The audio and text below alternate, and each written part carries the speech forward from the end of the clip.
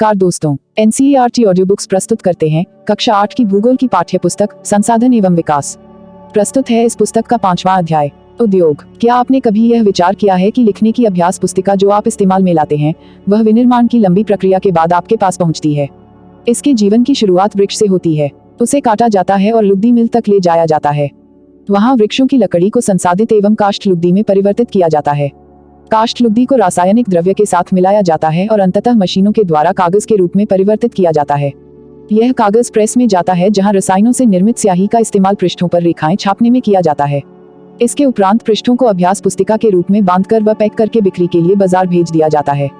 अंत में यह आपके हाथों में पहुंचती है। द्वितीयक क्रियाकलाप या विनिर्माण में कच्चे माल को लोगों के लिए अधिक मूल्य के उत्पादों के रूप में परिवर्तित किया जाता है, जैसा कि आपने देखा। लुगदी कागज के रूप में और कागज अभ्यास पुस्तिका के रूप में ये विनिर्माण प्रक्रिया के 2 चरणों को प्रदर्शित करते हैं। उद्योग का संबंध आर्थिक गतिविधि से है, जो कि वस्तुओं के उत्पादन, खनिजों के निष्कर्षण अथवा सेवाओं की व्यवस्था से संबंधित है। इस प्रकार लोहा और इस्पात उद्योग वस्तुओं के उत्पादन से संबंधित है। कोयला खनन उद्योग कोयले को धरती से निकालने से संबंधित है तथा पर्यटन सेवा देने से संबंधित उद्योग है। उद्योगों का वर्गीकरण। उद्योगों का वर्गीकरण कच्चा माल, आकार और स्वामित्व के आधार पर किया जा सकता है। कच्चा माल। कच्चे माल के उपयोग के आधार पर उद्योग कृषि आधारित, खनिज आधारित, समुद्र आधारित और वन आधारित हो सकते हैं। कृषि आधारित उद्योग कच्चे माल के रूप में वनस्पति और जंतु आधारित उत्पादों का उपयोग करते हैं। खाद्य संसाधन, वनस्पति तेल, सूती वस्त्र, डेयरी उत्पाद और चर्म उद्योग कृषि आधारित उद्योगों के उदाहरण हैं। खनिज आधारित उद्योग प्राथमिक उद्योग हैं जो खनिज अयस्कों का उपयोग कच्चे माल के रूप में करते हैं। इन उद्योगों के उत्पाद अन्य उद्योगों का पोषण करते हैं। अयस्क से निर्मित लोहा खनिज आधारित उद्योग का उत्पाद है। यह कई अन्य उत्पादों के विनिर्माण के लिए कच्चे माल के रूप में प्रयुक्त किया जाता है, जैसे भारी मशीनों, भवन निर्माण सामग्री तथा रेल के डिब्बे बनाने में। समुद्र आधारित उद्योग सागरों और महासागरों से प्राप्त उत्पादों का उपयोग कच्चे माल के रूप में करते हैं। समुद्री खाद्य प्रसंस्करण उद्योग और मत्स्य तेल निर्माण इसके कुछ उदाहरण हैं। वन आधारित उद्योग वनों से प्राप्त उत्पाद का उपयोग कच्चे माल के रूप में करते हैं। लुगदी एवं कागज, औषध, रसायन, फर्नीचर और भवन निर्माण वनों से संबंधित उद्योग हैं। आकार। उद्योग के आकार का तात्पर्य निवेश की गई पूंजी की राशि, नियोजित लोगों की संख्या और उत्पादन की मात्रा से है। आकार के आधार पर उद्योगों को 2 भागों में बांटा जा सकता है: लघु आकार के उद्योग और बृहत आकार के उद्योग। कुटीर या घरेलू उद्योग छोटे पैमाने के उद्योग हैं जिसमें दस्तकारों के द्वारा उत्पादों का निर्माण हाथ से होता है। टोकरी बुनाई, मिट्टी के बर्तन और अन्य हस्तनिर्मित वस्तुएं कुटीर उद्योगों के उदाहरण हैं। बड़े पैमाने के उद्योग जो बड़ी मात्रा में वस्तुओं का उत्पादन करते हैं, उनकी तुलना में छोटे पैमाने के उद्योग कम पूंजी व प्रौद्योगिकी का उपयोग करते हैं। बड़े पैमाने के उद्योगों में पूंजी का निवेश अधिक और प्रयुक्त प्रौद्योगिकी उच्च स्तरीय होती है। रेशम बुनाई और खाद्य प्रक्रमण उद्योग लघु पैमाने के उद्योग हैं। ऑटोमोबाइल और भारी मशीनों का उत्पादन बड़े पैमाने के उद्योग हैं। स्वामित्व। स्वामित्व के आधार पर उद्योगों को निजी क्षेत्र, राज्य स्वामित्व अथवा सार्वजनिक क्षेत्र, संयुक्त क्षेत्र और सहकारी क्षेत्र में वर्गीकृत किया जा सकता है। निजी क्षेत्र के उद्योगों का स्वामित्व और संचालन या तो एक व्यक्ति द्वारा या व्यक्तियों के समूह द्वारा किया जाता है। सार्वजनिक क्षेत्र के उद्योगों का स्वामित्व और संचालन सरकार द्वारा होता है, जैसे हिंदुस्तान एरोनॉटिक्स लिमिटेड और steel authority of India limited. संयुक्त क्षेत्र के उद्योगों का स्वामित्व और संचालन राज्यों और व्यक्तियों अथवा व्यक्तियों के समूह द्वारा होता है। मारुति उद्योग लिमिटेड संयुक्त क्षेत्र के उद्योग का एक उदाहरण है। सहकारी क्षेत्र के उद्योगों का स्वामित्व और संचालन कच्चे माल के उत्पादकों या पूर्तिकारों, कामगारों अथवा दोनों द्वारा होता है। आनंद मिल्क यूनियन लिमिटेड एवं सुधा डेयरी सहकारी उपक्रम के उत्तम उदाहरण हैं। उद्योगों की अवस्थिति को प्रभावित करने वाले कारक। वे कारक जो उद्योगों की अवस्थिति को प्रभावित करते हैं, कच्चे माल की उपलब्धता, भूमि, जल, श्रम, शक्ति, पूंजी, परिवहन और बाजार हैं। उद्योग उन्हीं स्थानों पर केंद्रित होते हैं जहां इनमें से कुछ या ये सभी कारक आसानी से उपलब्ध होते हैं। कभी कभी सरकार कम दाम पर विद्युत उपलब्धता, कम परिवहन लागत तथा अन्य अवसंरचना जैसे प्रोत्साहन प्रदान करती है ताकि पिछड़े क्षेत्रों में भी उद्योग स्थापित किया जा सके। औद्योगिकरण से प्रायः नगरों और शहरों का विकास एवं वृद्धि होती है। औद्योगिक तंत्र। औद्योगिक तंत्र में निवेश प्रक्रम और निर्गत शामिल हैं। निवेश में कच्चे माल, श्रम और भूमि की लागत, जल की उपलब्धता, परिवहन, विद्युत और अन्य अवसंरचना शामिल हैं। प्रक्रम में कई तरह के क्रियाकलाप शामिल हैं जो कच्चे माल को परिष्कृत माल में परिवर्तित करते हैं। निर्गत अंतिम उत्पाद और इससे अर्जित आय है। सूती वस्त्र उद्योग के संदर्भ में कपास, मानव श्रम, कारखाना और परिवहन लागत निवेश हो सकते हैं। प्रक्रमों में ओटाई, कटाई, बुनाई, रंगाई और छपाई शामिल है। कमीज जिसे आप पहनते हैं वह उत्पादन है। औद्योगिक प्रदेश। औद्योगिक प्रदेश का विकास तब होता है जब कई तरह के उद्योग एक दूसरे के निकट स्थित होते हैं और वे अपनी निकटता के लाभ आपस में बांटते हैं। विश्व के प्रमुख औद्योगिक प्रदेश पूर्वोत्तर अमेरिका, पश्चिमी और मध्य यूरोप, पूर्वी यूरोप और पूर्वी एशिया हैं। मुख्य औद्योगिक प्रदेश अधिकांशतः शीतोष्ण कटिबंधीय क्षेत्रों, समुद्री पत्तनों के समीप और विशेष तौर पर कोयला क्षेत्रों के निकट स्थित होते हैं। भारत में अनेक औद्योगिक प्रदेश हैं, जैसे मुंबई पुणे समूह, बंगलौर तमिलनाडु प्रदेश, हुगली प्रदेश, अहमदाबाद वडोदरा प्रदेश, छोटा नागपुर औद्योगिक प्रदेश, विशाखापट्टनम गुंटूर औद्योगिक प्रदेश, गुड़गांव दिल्ली मेरठ औद्योगिक प्रदेश और कोलम तिरुवनंतपुरम औद्योगिक प्रदेश। औद्योगिक विपदा। उद्योगों में दुर्घटना या विपदा मुख्य रूप से तकनीकी विफलता या संकट उत्पन्न करने वाले पदार्थों के बेतरतीब उपयोग के कारण घटित होती है। भोपाल में 3 दिसंबर 1984 को लगभग रात के 12:30 बजे घटित अब तक की सबसे त्रासदपूर्ण औद्योगिक दुर्घटना है। यह एक प्रौद्योगिकीय दुर्घटना थी जिसमें यूनियन कार्बाइड के कीटनाशी कारखाने से हाइड्रोजन साइनाइड तथा प्रतिक्रियाशील उत्पादों के साथ साथ अत्यंत विषैली मिथाइल आइसोसाइनेट (MIC) गैस का रिसाव हुआ था। 1989 में सरकारी सूचना के अनुसार 35,598 व्यक्तियों की मृत्यु हो गई थी। हजारों लोग जो बच गए वो आज भी एक या अधिक बीमारियों जैसे अंधापन, प्रतिरक्षा तंत्र विकृति, आंत्रशोथ विकृतियों आदि से पीड़ित हैं। 23 दिसंबर 2005 में चीन के गांव कार्यो, चोंगगिंग में गैस कूप विस्फोट से 243 लोगों की मृत्यु तथा 9,000 लोग दुर्घटनाग्रस्त हो गए थे और इन स्थानों से 64,000 लोगों को विस्थापित किया गया था। कई लोग विस्फोट के बाद न भाग सकने के कारण मर गए। वे जो समय पर भाग पाए उनकी आंखें, त्वचा और फेफड़े गैस से क्षतिग्रस्त हो गए थे। जोखिम कम करने के उपाय। 1. घने बसे आवासीय क्षेत्रों को औद्योगिक क्षेत्रों से अलग बहुत दूर रखा जाना चाहिए। 2. उद्योगों के समीप बसने वाले लोगों को दुर्घटना होने की स्थिति में विषैले या खतरनाक पदार्थों के संग्रहण और उनके संभव प्रभावों का ज्ञान होना चाहिए। 3. आग की चेतावनी और अग्निशमन की व्यवस्था को उन्नत किया जाना चाहिए। 4. विषैले पदार्थों के भंडारण क्षमता की सीमा होनी चाहिए। 5. उद्योगों में प्रदूषण नियंत्रण के उपाय को उन्नत किया जाना चाहिए। प्रमुख उद्योगों का वितरण। विश्व के प्रमुख उद्योग लोहा इस्पात उद्योग, सूती वस्त्र उद्योग और सूचना प्रौद्योगिकी उद्योग हैं। लोहा इस्पात उद्योग और वस्त्र उद्योग काफी पुराने उद्योग हैं, जबकि सूचना प्रौद्योगिकी उद्योग एक नया उभरता उद्योग है।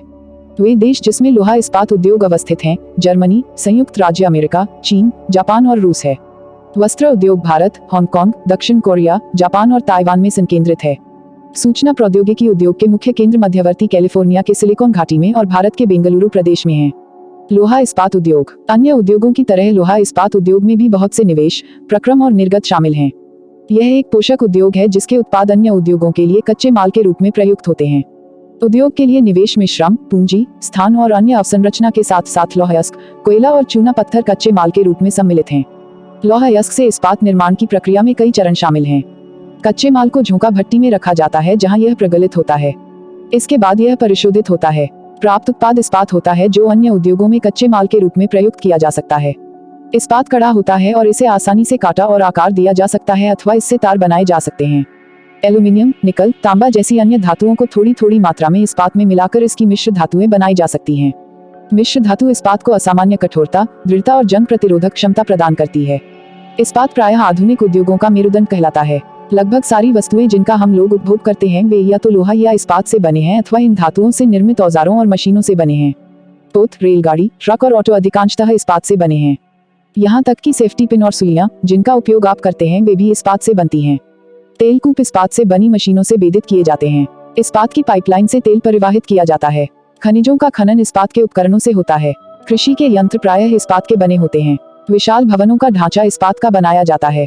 1800 ईस्वी के पूर्व इस्पात उद्योग वहां स्थित थे जहां कच्चा माल, विद्युत आपूर्ति और बहता जल आसानी से उपलब्ध थे। बाद में उद्योग के लिए आदर्श स्थिति कोयला क्षेत्र के समीप, नहरों और रेलवे के निकट थी। 1950 के बाद लोहा और इस्पात उद्योग समुद्र पत्तन के निकट सपाट भूमि के विशाल क्षेत्रों में केंद्रित होने शुरू हुए।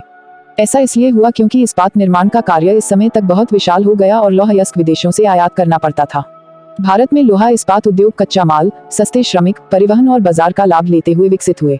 सभी महत्वपूर्ण इस्पात उत्पादक केंद्र जैसे भिलाई, दुर्गापुर, बनपुर, जमशेदपुर, रूरकेला, बोकारो एक ही प्रदेश में स्थित हैं जो 4 राज्यों में फैले हैं। वे 4 राज्य हैं पश्चिम बंगाल, झारखंड, ओडिशा और छत्तीसगढ़। भद्रावती और विजयनगर कर्नाटक में, विशाखापट्टनम आंध्र प्रदेश में, सलेम तमिलनाडु में अन्य महत्वपूर्ण इस्पात के केंद्र हैं जो स्थानीय संसाधनों का उपयोग कर रहे हैं। जमशेदपुर 1947 से पूर्व भारत में केवल एक इस्पात का कारखाना था, Tata iron and steel company limited TISCO. यह निजी स्वामित्व में था। स्वतंत्रता के पश्चात सरकार ने यह कार्य अपने हाथ में लिया और बहुत से लोहा इस्पात संयंत्र स्थापित किए। झारखंड में स्वर्णरेखा और खरकई नदियों के संगम के समीप साकची में सन 1907 में टिस्को की शुरुआत की गई थी। बाद में साकची का नाम बदलकर जमशेदपुर रखा गया। भौगोलिक रूप से जमशेदपुर देश में लोहा इस्पात केंद्र के रूप में सर्वाधिक सुविधाजनक स्थान पर है। साकची को कई कारणों से इस्पात संयंत्र स्थापित करने के लिए चुना गया।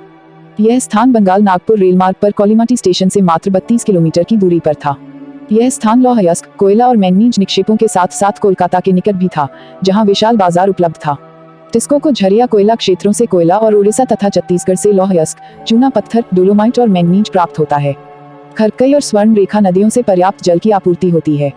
सरकारी प्रोत्साहनों से इसे पर्याप्त पूंजी उपलब्ध हुई। जमशेदपुर में टिस्को की स्थापना के बाद कई अन्य औद्योगिक संयंत्र स्थापित किए गए। इनमें रसायन, इंजनों के पुर्जे, कृषि उपकरण, मशीनें, टिन की चादरें, केबल और तार का उत्पादन किया जाता है। भारत में लोहा इस्पात उद्योग के विकास से त्वरित औद्योगिक विकास आरंभ हुआ। भारतीय उद्योग के लगभग सभी क्षेत्र अधिकांशतः अपने आधारभूत अवसंरचना के लिए लोहा इस्पात उद्योग पर निर्भर हैं। भारतीय लोहा इस्पात उद्योग में बृहत समाकलित इस्पात संयंत्रों के साथ साथ लघु इस्पात मिल भी सम्मिलित हैं। इसमें द्वितीयक उत्पादक, रोलिंग मिल और सहायक उद्योग भी शामिल हैं। पिट्सबर्ग, यह संयुक्त राज्य अमेरिका का एक महत्वपूर्ण इस्पात नगर है। पिट्सबर्ग के इस्पात उद्योग को स्थानीय सुविधाएं उपलब्ध हैं। कच्चा माल जैसे कोयला पिट्सबर्ग में ही उपलब्ध है, जबकि लौह अयस्क मिनेसोटा की लोहे की खानों से प्राप्त होता है, जो पिट्सबर्ग से लगभग 1500 किलोमीटर दूर है। इन खानों और पिट्सबर्ग के बीच नौपरिवहन का सर्वोत्तम मार्ग ग्रेट लेक्स जलमार्ग आता है। यह अयस्क के नौपरिवहन हेतु सस्ता मार्ग है। ग्रेट लेक्स से पिट्सबर्ग क्षेत्र तक लौह अयस्क रेलगाड़ियों से लाया जाता है। ओहियो, मोनोगहेला और एल्धनी नदियों से पर्याप्त जल प्राप्त होता है। आज पिट्सबर्ग में बहुत कम बड़ी इस्पात मिल हैं। ये मिल पिट्सबर्ग के ऊपर मोनोगहेला और एल्धनी नदी की घाटियों में तथा पिट्सबर्ग के नीचे ओहियो नदी के सहारे स्थित है। परिष्कृत इस्पात स्थल और जल दोनों मार्गों द्वारा बाजार में भेजा जाता है। पिट्सबर्ग क्षेत्र में इस्पात मिलों के अतिरिक्त कई अन्य कारखाने हैं। ये रेल पटरी उपकरण और भारी मशीनों उत्पादन में इस्पात का प्रयोग कच्चे माल के रूप में करते हैं। सूती वस्त्र उद्योग, धागे से कपड़े की बुनाई एक प्राचीन कला है। कपास, ऊन, सिल्क, जूट और पटसन का प्रयोग वस्त्र निर्माण में होता है। उपयोग में लाए गए कच्चे माल के आधार पर वस्त्र उद्योग का वर्गीकरण किया जा सकता है। रेशे वस्त्र उद्योग के कच्चे माल हैं। रेशे प्राकृतिक या मानव निर्मित हो सकते हैं। प्राकृतिक रेशे ऊन, सिल्क, कपास, लिनन और जूट से प्राप्त किए जाते हैं। मानव निर्मित रेशों में नायलॉन, पॉलिएस्टर, एक्रिलिक और रेयॉन शामिल हैं। सूती वस्त्र उद्योग विश्व के प्राचीनतम उद्योगों में से एक है। 18वीं सदी की औद्योगिक क्रांति तक सूती वस्त्र हस्तकताई तकनीकों एवं हथकरघों से बनाया जाता था।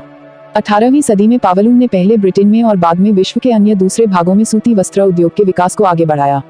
आज भारत, चीन, जापान और संयुक्त राज्य अमेरिका सूती वस्त्र के महत्वपूर्ण उत्पादक हैं। भारत में अत्युत्तम गुणवत्ता के सूती वस्त्र उत्पादन करने की गौरवपूर्ण परंपरा रही है। ब्रिटिश शासन से पूर्व हाथ से कते और हाथ से बुने हुए वस्त्रों का एक विस्तृत भारतीय बाजार था। ढाका का मलमल, मसूलीपट्टनम की छींट, कालीकट के कैलिको तथा बुरहानपुर, सूरत व वडोदरा के सुनहरी जरी के काम वाले सूती वस्त्र गुणवत्ता और डिजाइनों के लिए विश्वविख्यात थे।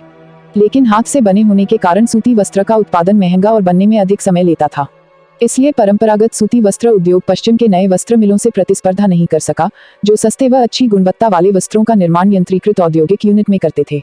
पहली सफल यंत्रीकृत वस्त्र मिल मुंबई में 1854 ईस्वी में स्थापित की गई। कोष्ण आर्द्र जलवायु, मशीन आयात के लिए पत्तन, कच्चे माल की उपलब्धता और दक्ष श्रमिक इस प्रदेश में इस उद्योग के द्रुत फैलाव में सहायक रहा। प्रारंभ में यह उद्योग महाराष्ट्र और गुजरात राज्य में अनुकूल आर्द्र जलवायु के कारण पनपा, लेकिन वर्तमान में आर्द्रता कृत्रिम रूप से उत्पन्न की जा सकती है और कच्ची कपास शुद्ध होती है एवं वस्त्र उत्पादन प्रक्रिया में इसका वजन कम नहीं होता, इसलिए यह उद्योग भारत के विभिन्न भागों में फैल गया है। कोयम्बटूर, कानपुर, चेन्नई, अहमदाबाद, मुंबई, कोलकाता, लुधियाना, पुडुचेरी और पानीपत कुछ अन्य महत्वपूर्ण केंद्र हैं। अहमदाबाद गुजरात में साबरमती नदी के तट पर स्थित है। 1859 में यहाँ पहली सूती मिल स्थापित हुई थी। यह यथाशीघ्र ही मुंबई के बाद भारत का दूसरा सबसे बड़ा वस्त्र निर्माता नगर बन गया। अहमदाबाद को प्रायः भारत का मैनचेस्टर कहा जाता है। अनुकूल अवस्थिति कारक अहमदाबाद में सूती वस्त्र उद्योग के विकास में सहायक थे। अहमदाबाद कपास उत्पन्न करने वाले क्षेत्र के बहुत निकट स्थित है। यहाँ कच्चा माल आसानी से उपलब्ध होता है। जलवायु कताई और बुनाई के लिए आदर्श है। सपाट भूभाग और भूमि की आसानी से उपलब्धता मिलों की स्थापना में उपयुक्त है। गुजरात और महाराष्ट्र राज्य की घनी आबादी इस उद्योग को कुशल और अर्धकुशल श्रमिक उपलब्ध कराते हैं। सुविकसित सड़कें और रेल मार्गों का जाल सूती वस्त्र को देश के विभिन्न भागों में आसानी से पहुंचाने में मदद करता है। इस तरह इसकी बाजार तक सरल पहुंच उपलब्ध है। नजदीक में मुंबई पत्तन इसे मशीनों का आयात करने और सूती वस्त्र के निर्यात की सुविधा प्रदान करता है। परंतु हाल के वर्षों में अहमदाबाद की सूती मिलों की कुछ समस्याएं हैं। बहुत से वस्त्र मिल बंद हो चुके हैं। देश में नए वस्त्र केंद्रों का विकास और अहमदाबाद की मिलों में मशीन प्रौद्योगिकी का नवीकरण न होना इसका प्रमुख कारण है। ओसाका जापान का एक महत्वपूर्ण वस्त्र निर्माण केंद्र है। यह जापान का मैनचेस्टर के नाम से भी जाना जाता है। ओसाका में सूती वस्त्र उद्योग का विकास कई भौगोलिक कारणों से हुआ है। ओसाका के चारों ओर का विस्तृत मैदान सूती वस्त्र मिलों के विकास के लिए आसानी से भूमि की उपलब्धता सुनिश्चित करता है। कोष्ण आर्द्र जलवायु कताई व बुनाई के लिए बहुत ही उपयुक्त है। योडो नदी मिलों के लिए पर्याप्त जल उपलब्ध कराती है। श्रमिक आसानी से उपलब्ध हैं। पत्तन की अवस्थिति कच्चे कपास को आयात करने और वस्त्रों के निर्यात की सुविधा उपलब्ध कराती है। ओसाका का वस्त्र उद्योग पुनर्तः आयातित कच्चे मालों के ऊपर निर्भर है। कपास मिस्र, भारत, चीन और यूएसए से आयात की जाती है।